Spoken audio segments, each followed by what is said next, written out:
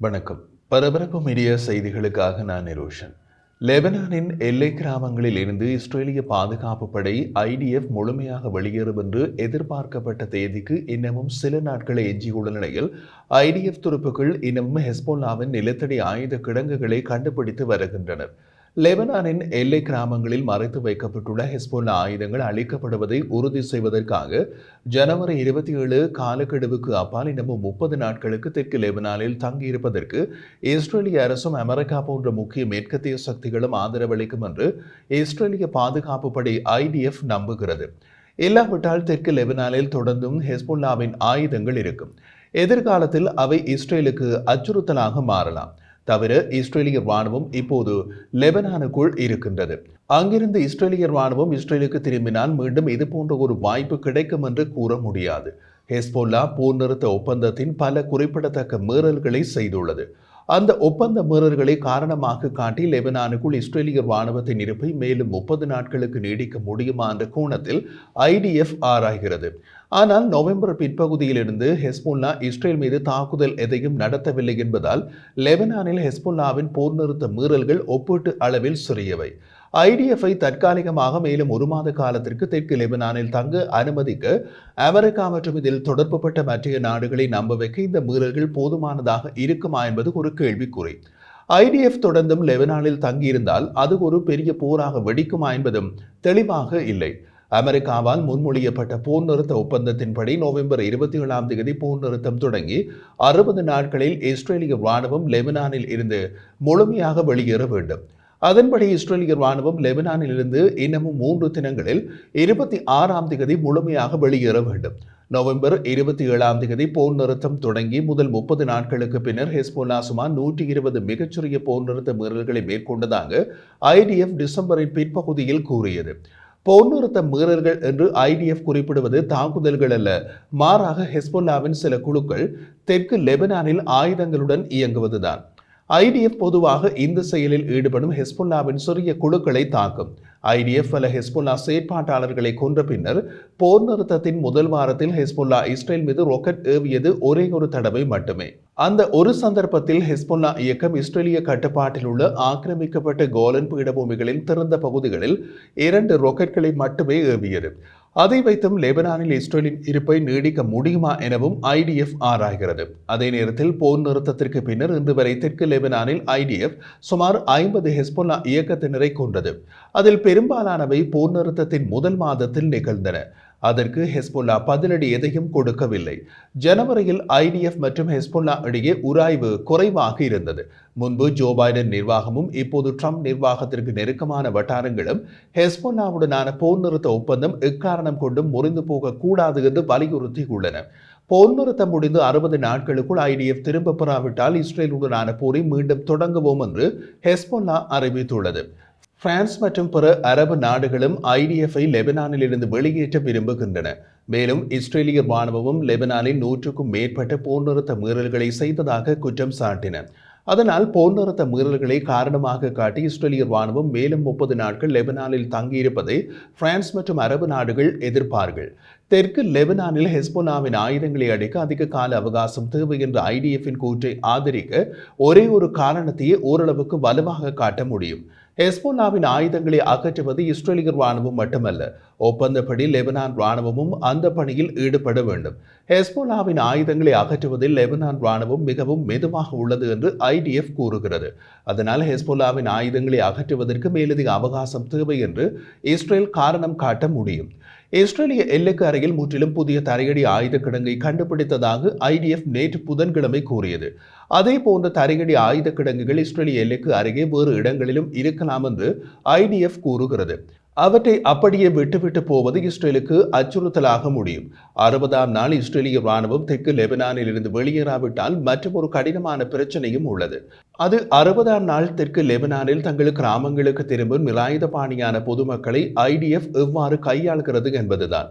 60 நாள் போர் நிறுத்த காலத்தில் இஸ்ரேலிய ராணுவம் லெபனானில் தங்கியிருக்க ஒப்பந்தப்படி அனுமதிக்கப்பட்டது. ஹெஸ்போலா துருப்புக்கள் என்ற சந்தேகத்தின் பேரில் தனது பாதுகாப்பு கோடுகளை நெருங்கும் எவரையும் சுடுவோம் என்று ஐடிஎஃப் அறிவித்திருந்தது. ஆனால் 60ஆம் நாளுக்கு பின்னர் இந்த வாதத்தை முன்வைப்பது கடினமாக இருக்கும். குறிப்பாக தெற்கு லெபனானில் இஸ்ரேலிய ராணுவம் தொடர்ந்து தங்கியிருப்பதற்கு அமெரிக்க ஆதரவு குறைவாக இருந்தால் இது ஒரு பிரச்சனையாக மாறிவிடும். இது பகிரங்கமாக விவாதிக்கப்படவில்லை என்றாலும் 60வது நாளில் இஸ்ரேலிய படைகள் வெளியேறாவிட்டாலும் கூட ஹெஸ்போலா ஆயுதங்களுக்கு எதிராக அவ்வப்போது விமான தாக்குதல்களை இஸ்ரேல் தொடர்ந்து நடத்துவது மற்றும் ஒரு சாத்தியமாகும். ஆனால் லெபனான் ராணுவம் ஹெஸ்போலாவை தெற்கு லெபனானில் இருந்து முழுமையாக விலக்கி வைக்கவில்லை என்றால் ஐடிஎஃப் மீண்டும் ஒரு பெரிய மோதலை தொடரலாம். அதற்கு ஆதரவளிப்பதாக ஜோ பைடன் நிர்வாகம் உறுதியளித்தது. ஆனால் அதற்கிடையே மாறிவிட்ட அமெரிக்காவின் புதிய ஆட்சியில் ட்ரம்ப் நிர்வாகம் அது பற்றிய எந்தவித உறுதிமொழியையும் இதுவரை கொடுக்கவில்லை. இதற்கிடையே ஹெஸ்போலாவின் தளபதிகளில் ஒருவரான ஷேக் முகமது அலி ஹம்மாடி போர் நிறுத்த காலத்தில் கொல்லப்பட்டுள்ளார். ஷேக் முகமது அலி ஹம்மாடி அடையாளம் தெரியாத துப்பாக்கிதாரர்கள் அவர் மீது துப்பாக்கிச்சூடு நடத்தியதால் உயிரிழந்தார் என்று ஹெஸ்போலாவுடன் நெருக்கமான செய்தி ஊடகமான அல் அக்பர் தெரிவித்தது.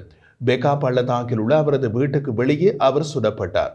இந்த நேரத்தில் ஹமாடியை சுட்டது யார் என்பது தெளிவாக தெரியவில்லை என்று இஸ்ரேலிய ஊடகங்கள் செய்தி வெளியிட்டுள்ளன. சில லெபனான் ஊடகங்கள் இது மொசாட்டின் வேலை என்கின்றன. அவரை கொன்றது யார் என்பதை தீர்மானிக்க லெபனான் பாதுகாப்பு படையினர் விசாரணையை தொடங்கியுள்ளதாக அல்மனார் தொலைக்காட்சி செய்தியாளர் தெரிவித்தார். இதற்குள் மற்றொரு குழப்பமாக ஷேக் முகமது அலி ஹம்மாடி உண்மையில் யார் என்ற மற்றொரு குழப்பமும் உள்ளது. ஷேக் முகமது அலி ஹம்மாடி என்ற பெயரில் அமெரிக்க உள்ளக உளவுத்துறை FBI தேடப்படும் நபர் ஒருவர் இருந்தார். 1985ஆம் ஆண்டு அமெரிக்காவின் TWA விமான நிறுவனத்தின் விமான தட இலக்கம் 847ஐ கடத்திய நபர் அவர். அந்த விமானத்தில் ஒரு பயணியாக பயணம் செய்து அமெரிக்க கடற்படையை சேர்ந்த ரோபர்ட் ஸ்டெதம் என்பவர் ஹமாடியால் கொல்லப்பட்டார். அதைத் தொடர்ந்து ஹம்மாடி FBI அதிதேடப்படும் தீவிரவாத நபர்கள் பட்டியலில் உள்ளார். லெபனானில் கொல்லப்பட்ட ஹெஸ்போலா தளபதி அதே முகமது ஹம்மாடியாக இருக்கலாம். அந்த சமயத்தில் ஒரு அமெரிக்க சபை உறுப்பினர். அதே நேரத்தில் 2010ஆம் ஆண்டு பாகிஸ்தான் உளவுத்துறையின் ஆதாரம் ஒன்று ஹம்மாடி பாகிஸ்தானில் ஒரு தாக்குதலில் கொல்லப்பட்டதாக கூறியது. ஆனால் இது ஒருபோதும் உறுதிப்படுத்தப்படவில்லை. அத்துடன் அந்த தாக்குதலின் பின்னரும் தொடர்ந்து FBI அவரை பட்டியலில் வைத்திருக்கிறது. அவரை கொண்டது மொசாட் என நிரூபிக்கப்பட்டால் அது மிகப்பெரிய போர் நிறுத்த மோதலாக போய்விடும். சரி, தெற்கு லெபனானில் கைப்பற்றப்பட்ட ஹெஸ்போலா ஆயுதங்களை இஸ்ரேல் என்ன செய்ய போகிறது? அவை பெரும்பாலும் ரஷ்ய தயாரிப்பு ஆயுதங்கள். அவற்றை இஸ்ரேலிய பாதுகாப்பு படைகள் பயன்படுத்துவதில்லை.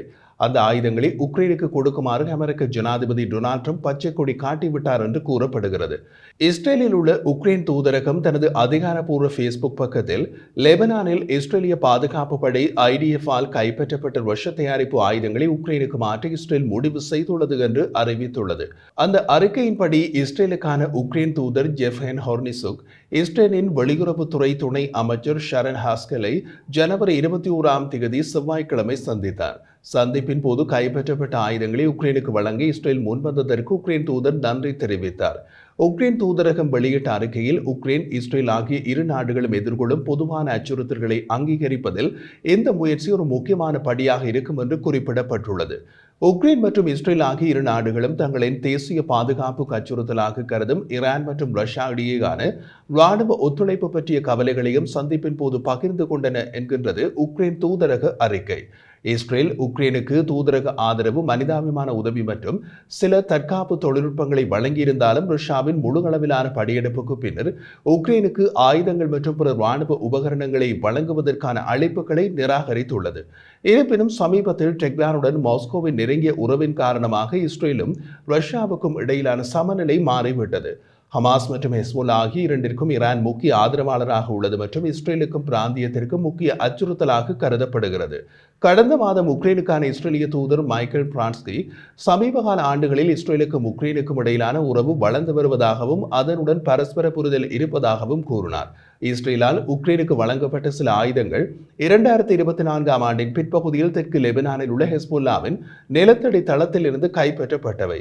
ஹெஸ்போலாவின் கட்டளை மையமாக பயன்படுத்தப்பட்ட தரையடி தளத்தில் ராக்கெட்கள், துப்பாக்கிகள் மற்றும் பிற உபகரணங்கள் இருந்தன. இவை அனைத்தும் ரஷ்ய தயாரிப்பு ஆயுதங்கள். ரஷ்ய தயாரிப்பு ஆயுதங்களை வைத்து ரஷ்யா மீது தாக்குதல் நடத்த போகிறது உக்ரைன். அதை ரஷ்யா எப்படி எடுத்துக்கொள்ளப் போகிறதோ?